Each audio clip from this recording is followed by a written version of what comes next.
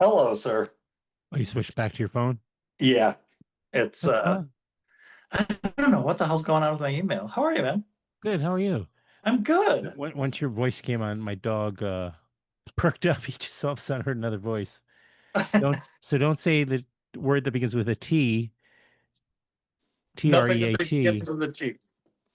T-R-E-A-T. Don't say the word that begins with a W, Okay. W-A-L-K. Certain Yes, thing. that's a very dangerous word around this place too. Yeah, I'm good. I'm good. I just got like I'm glad we're doing this now because in a little I think I need to we're going to a social thing later tonight. And somebody's birthday and I need to get a nap in. Um, It's that time of my life. oh, dude, Yeah. I ask my children. They're like, Dad's just always asleep. I'm like, Right, Burt Reynolds. And he's a guy I never met. no, No, met I, complicated man was the general, like beloved and right. very By the complicated. movie going public, yeah. Yes, well, and by the his friends like Sure. loved the living shit out of the guy, Yeah. and all the people who worked with But him. You know, be very generous yes, to those folks. yes, I mean, it seemed like but probably once he liked you or loved you or cared about you, you were in and you were like part of the you know, I don't know, within in the inner circle, you know. And it's interesting because he had these friends who were, kind of goofy people oh, on the it, surface. no, completely. I mean, yeah, it is really funny, because I was kind of like, obvious, it's interesting. His dad was a cop Hmm.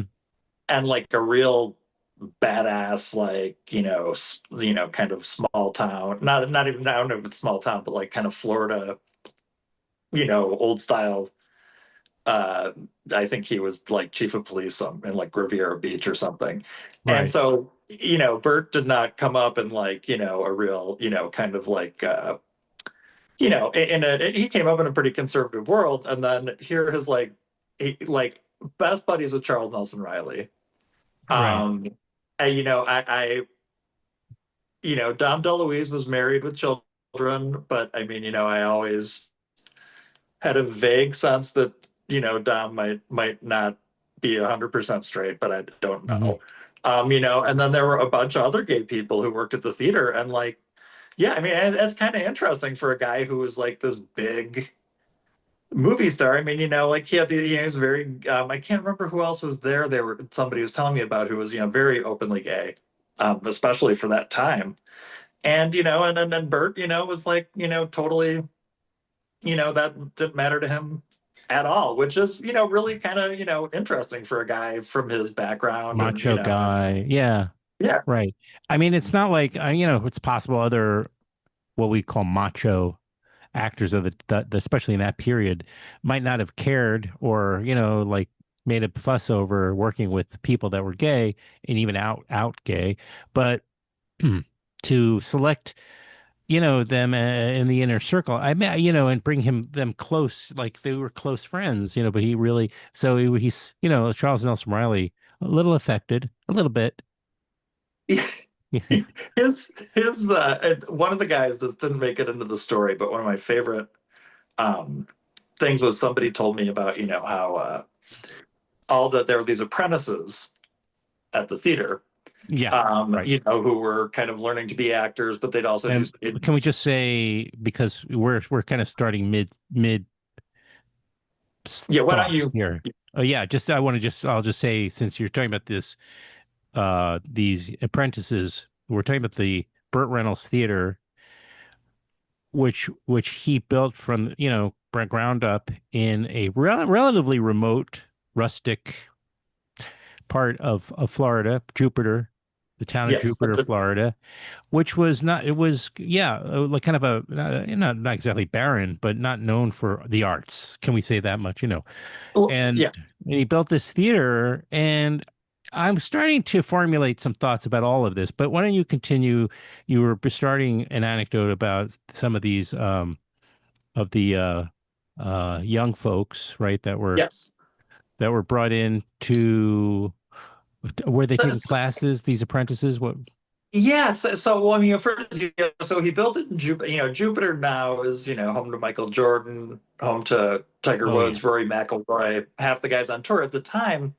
It was, Oh, it was dunk. beautiful, Yeah. but yeah, but very swampy, and there was nothing there, like nothing there. And Bert Nice. builds this theater, and it is, it's a dinner theater, for people from that area to be able to see real theater, where he can also gather his friends to do these shows, so he can get like real actors, though, as we'll discuss, it's a totally bizarre, um, group that winds up there sometimes. Um, and this is in '79 that they open up, and they have apprentices. So these are people who are, aspiring actors, just aspiring theater people who do, they had professional stage crew, they had all these professionals, but these guys would do kind of the grunt work. And then, they'd take classes late at night after the shows from the instructors, Hmm. the main one of whom we will discover was Charles Nelson Riley. And so they, and then they would, every, they, one or two of them would get cast as an understudy or in the show. So, one of the guys who was actually from Jupiter, originally, and said it was like, like Mayberry with a beach, it was just kind of Hmm. dirt roads and, kind of very middle of nowhere. He says, they're told, they're in the theater. They said, your teacher, your artistic director is going to be showing up in a few minutes, and it's Charles Nelson Riley. And so, what do these guys know Charles Nelson Riley from? I mean, what do we all, right? Match Game. Right. And maybe The Ghost and Mrs. Muir, or Love American Style or something. But he's Charles Nelson Riley. He's this outlandish, wildly, flamboyant guy. And he said three, and they're all sitting there going like, "Oh my God, Charles Nelson Riley, what the hell is going on here?" And all of a sudden, they said Charles comes bursting in through the door at the back of the theater, and he's wearing sandals. He's wearing salmon colored pants. He's wearing like a half t-shirt exposing his stomach, smoking a pipe and carrying carrying essentially a purse. And he just walks in and he screams, he goes, "The gay director from Los Angeles is here and he hasn't had a drink in 3 goddamn weeks." And they were all like, "We love this guy." Yeah. Like, And but it he turns just out though made, yeah, yeah, turns out though he had real theater creds. Right, he studied under Uta Hagen, and he I knew about this before I even before I don't, at some point or other, I must have seen interviews or something or read something about Riley. But then in 2006, a documentary came out about him called The Life of Riley while he was still alive. right, And that explored all of this other side. We only know him from game shows. If you're old enough, you might have caught the reruns of The Ghost of Mrs. Muir, right. things like that.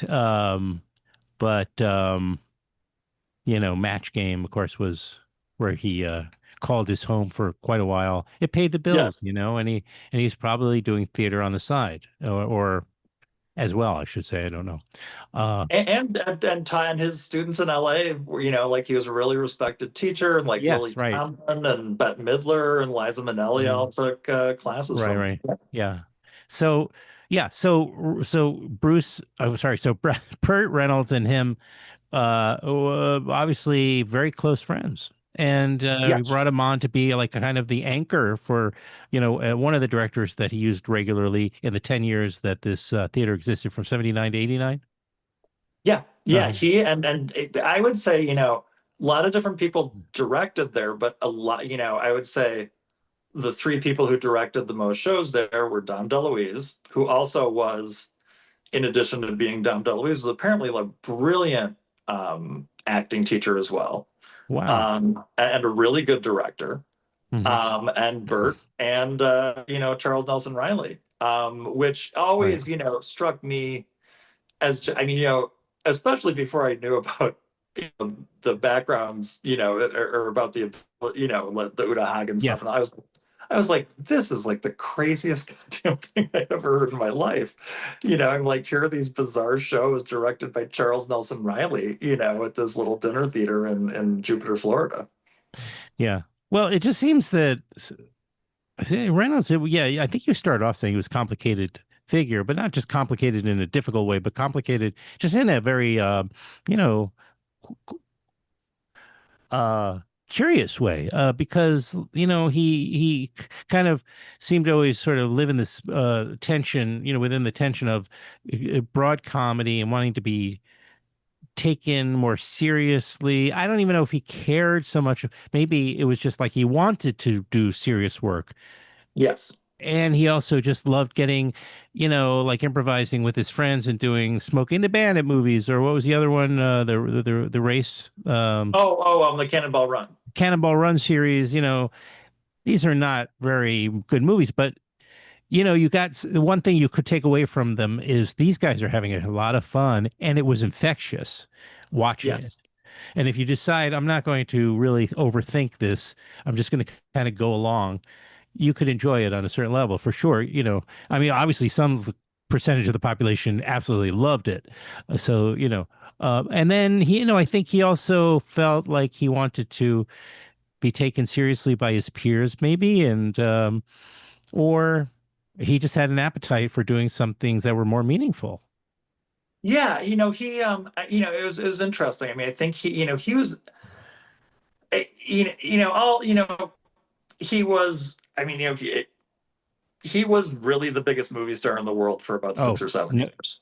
Right. I mean, just absolutely. inarguably number one star from this country. Yeah, he owned the And and '70s for sure. and really, I mean, just super charismatic, Hmm. very had a great sense of humor, very self-effacing, had no trouble Right. making fun of himself. And like great talk show guest kind of guy, just really, a real movie star. Sure. And he did, I think, really want to be perceived as an actor, and he really loved actors.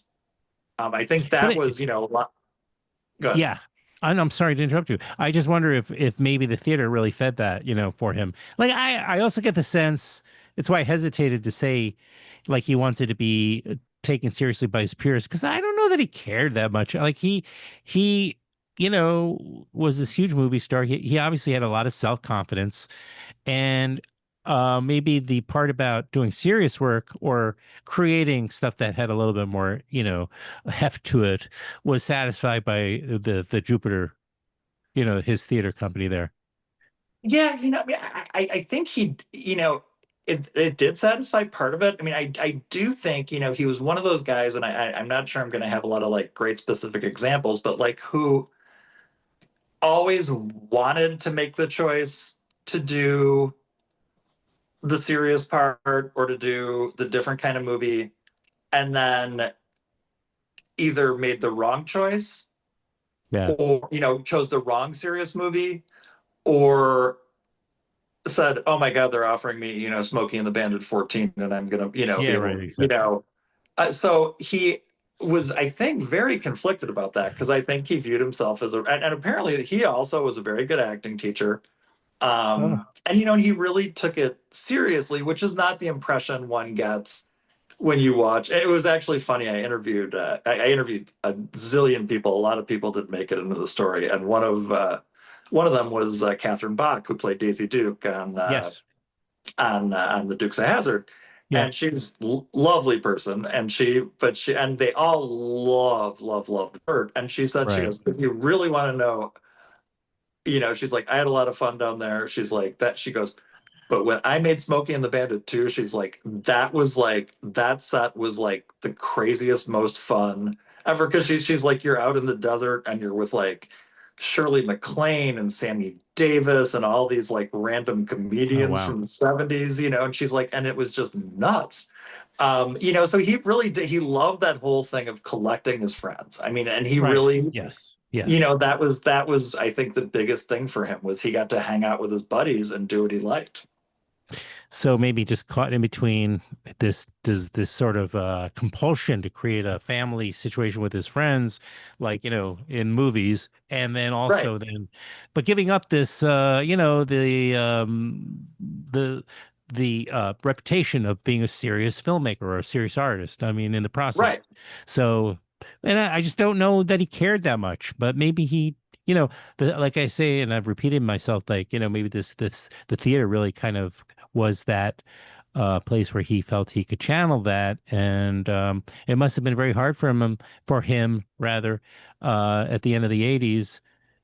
His stardom as number one in the country was declining as well, obviously by then, right, and you know the theater shuttered, right? So right. things may, but then he got a TV series or something, right? Didn't he? Or Yeah, yeah, he had Evening Shade. yeah, And which was a big success. yeah, and that was like a real gathering of friends kind of thing. It was like Right. Ossie Davis, who was a bit. His circle of friends was fascinating because It's Ossie yeah, Davis was one of his good buddies. yeah, He really took care of his friends, and he was super tight with Mary Lou Henner, who just like right. she was great, and she Yeah. she's like, Mhm. oh, she's like, he was. She's like, if either of us had ever been single at the same time, like we'd probably be married. She was like, Mhm. she's like, he was the most magnetic, human being. But, Charismatic guy. Yeah. and he did, it's funny. He made the two movies that I think of, and they aren't really serious movies, but, he made that Bogdanovich musical. Oh, right. And that I think was an attempt to kind of do something, a little more, artistic. And then and it's not starting over, which is actually a really funny movie. Oh, that's one of my And favorites. he's great in it. He is so good in that. He never cracks a smile in that movie. He never, I don't know, whoever was the what was who's the director? I can't remember who directed it, but Oh, look it up because I have to say I think it was a major director, but he really suppressed all of his instincts, I have to say, and it paid off. That is one of the great romantic comedies. Seriously, Jill Clayburgh, and she's I can't. magnificent. She's so good Candice in it. Bergen. What? Candice Bergen Candace, too, and well, I was she's getting to her. nuts. Yeah, She's no, hysterical. that scene where she wants to seduce him back, and she starts singing is his reaction, which is almost like a Yeah. non-reaction, it's sublime. I mean, seriously, it's my favorite Burt Reynolds movie, No, me too. hands down, And, and all of the supporting roles in that. It's like a who's who of great comic character actors of the day. It's just fantastic. oh, they had like the best, like they got all the all stars of group therapy scenes. It was like Yes, Wally Shawn, and I can't remember, but it was like everybody who's ever been in a group Austin therapy. Pendleton. Right, Austin Bundle, right. Yeah, amazing. Just incredible. But to get back to the theater, I don't want Yes. to. So we recommend what was it called again? See, it shows how tired I am. We Well, what recommend The Burt yeah, Reynolds Center Theater? Yeah. yeah. No. We recommend the movies Oh yes, starting over. starting over rather. There might have been one or two others that were really watchable, but for the most part, I can't say at a certain point I wasn't really much of a Burt Reynolds movie fan. Yeah, I preferred him on talk shows. Yeah. yeah, I mean, yeah, I was just I saw Longest Yard like, right when my uncle took me to see it. I think I was like 11. Perfect The 1970s Longest movie. Yard. Yeah. Yeah, longest. So that, and I had seen, other, but so, I mean, I wasn't like a devoted fan, but I always, and of course, you're a Yeah. kid, we love the Smokey and the Bandit movies and all that crap before you realize Yeah. it's crap. um, But the theater really was the thing. What compelled you? Did you pitch that idea for a story to for Yeah, Airmail, which is going to yeah, be in Airmail, which is Greg and Carter's uh newsletter, yeah. email, Digital magazine or something like digital that. magazine. Thank you. Yes. Yeah, it's gonna be it's running July 5th. And and it's funny, somebody had asked me, actually they I did I was talking to somebody at Airmail and they're like, where why did you come up with that? And I was like, you know, I was like 13 years old and I was such a little pop culture nerd. And Yeah. I just remember like reading, about it. And it's funny because looking back, I'm like, I actually was like, that couldn't have really happened. Right. And I started kind of, because like I tend to write about stuff that, either happen, I guess for better or for worse, a lot of stuff that happened during, my formative years. Right. And that always just struck me as so odd because, I just remember the casts reading, here and there over the years, casts of certain shows were like, like Fantasy Island episodes, except, I mean, it would be this didn't really happen, but it would be like Abe Vigoda starring in some Ibsen play, and I was like, this is the Is that most true? insane. Is that actually an example? I know Abe No, Vigoda. that is not an example, but Okay. there was I would love to have seen that though. yeah, oh yeah, no, I mean there was, it's interesting because some of the shows were like they did Death of a Salesman, Right. and it was Vincent Vincent Card Gardenia Vincent Cardini. Yeah. and Julie Harris, so I Yeah. mean No, it was like magnificent. Would have been great to see. yeah, and there were, several shows like that, and there were really talented people, and then there were shows, it was like, you know, Yeah. um, The Music Man with Jim Nabors and Florence Henderson, and Jim Nabors had never been on stage before. Like a lot of people had never done live theater before. And so that was kind of the idea was he would say, come down here and you will learn more about acting in 4 weeks putting together a show than you've learned in your entire life. And like Jim Nabors, and there's another close friend of Bert's who's gay. Right. And Um, who's homosexual? Yeah. yeah. And he and, and one of the things was Bert was like, well, by doing it in Jupiter, they won't get all these, asshole New York Oh, right. critics railing on them. And of course, some guy from like the Palm Beach Post just like rips Jim Nabors a new one. Oh, And poor right. Jim Nabors is in tears and doesn't want to go back on stage ever again. And Bert was very thin skinned. So Yeah. he would just lay into he would make critics cry when they had He did taken not, on well, this. Reynolds, yeah, he didn't like critics. He didn't like people that were like arrogant at all. Even though he could have his own brand of arrogance, I guess, but he didn't like the pomposity. You can see it. There was one, of course, famous clip on the Tonight Show where somebody like takes a tone and, you know, I think he tosses like a glass of water in the guy's face Oh, that's with the on. guy from Double Dare.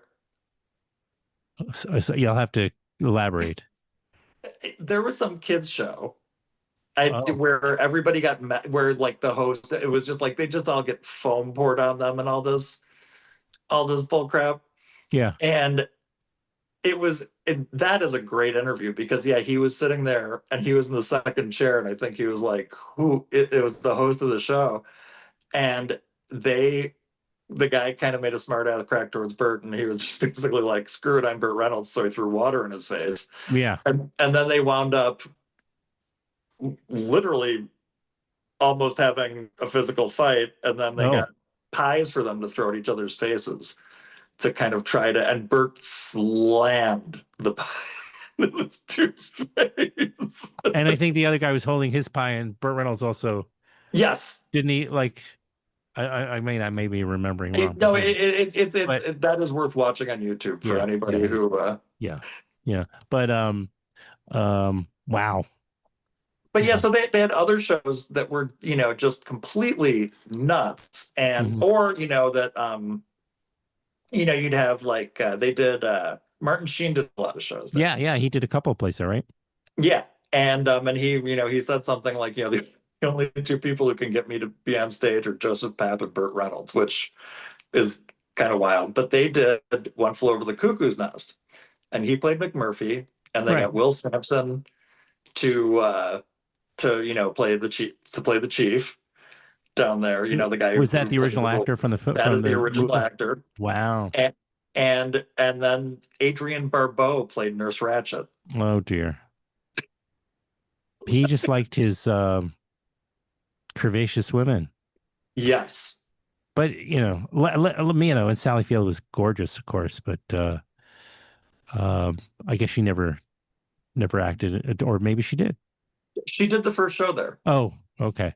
She and Tyne Daly did a show called Oh, yes, right. Vanities. Vanities. Um, and Bert did what I'm trying to remember. I think it was like same time next year or some show like that with Oh, Carol with Carol Burnett. Burnett. Yeah, that's right. Yeah. And he mentioned it. He was on the Tonight Show, and he mentioned it, and they said the box office phone rang for about 8 hours straight. Oh, of Um, course. Yeah. Everybody wanted to go, but it was great too because there are all these famous people would come through to watch, and then they would show up in these classes, Oh, wow. right? Because Charles would have the classes at like midnight Oh, really? after, Hmm. yeah, after the show, which is kind of great. And people said they're like, yeah, we're sitting there, and all of a sudden, Dolly Parton walks in and says, "I'm going to sing you a couple songs." And Liz Hmm. Taylor came in one night and gave them a lecture on the business of Hollywood. Right. But yeah, one guy said he goes, so yeah, you're just sitting there, and all of a sudden Liza Minnelli shows up, and you're just like, Yeah. where It am had to I? be it had to be a really, really amazing and entertaining period of time. What he created there. It's a shame that it shuttered, you know. It's just but it was never Yeah, no, it rarely made a profit. I think 2 years they had a probably a relatively modest profit, and the rest of the years it just kind of was hemorrhaging. yeah, So well, eventually he yeah, just I had to think, close it. yeah, they had to Yeah, fill it 95%, and it was a big theater. So they did that's right. well, Yeah. but it just was not as easily operational of a theater. I mean, what one of the really interesting people who was there, and there were great stories about her, was Eartha Kitt. And somebody told me a story that didn't make it into the story about how she came out at the start of her show, Hmm. and that like and she was for sure the only African American person in that building, Right. at the Yeah, yeah. time. And they're like, and she just stood at the end of the like proscenium or whatever, and just looked at the crowd, and they just started clapping, and she would Really? just stand there and look at them, and then they would be on their feet going like absolutely out of there, like nobody ever could control an audience like that woman. They're like, she was so Wow. commanding. And then Huh. they also, somebody told me she brought her dog into a restaurant in her purse, and somebody said, "You can't have a dog in here." And she said, "That's one of my wigs," and just ordered her meal. Wow. I know she had to have some real amazing life too. Probably worthy of Oh a, yeah, you know, right? yeah, no, Between the she'd had, acting and her singing,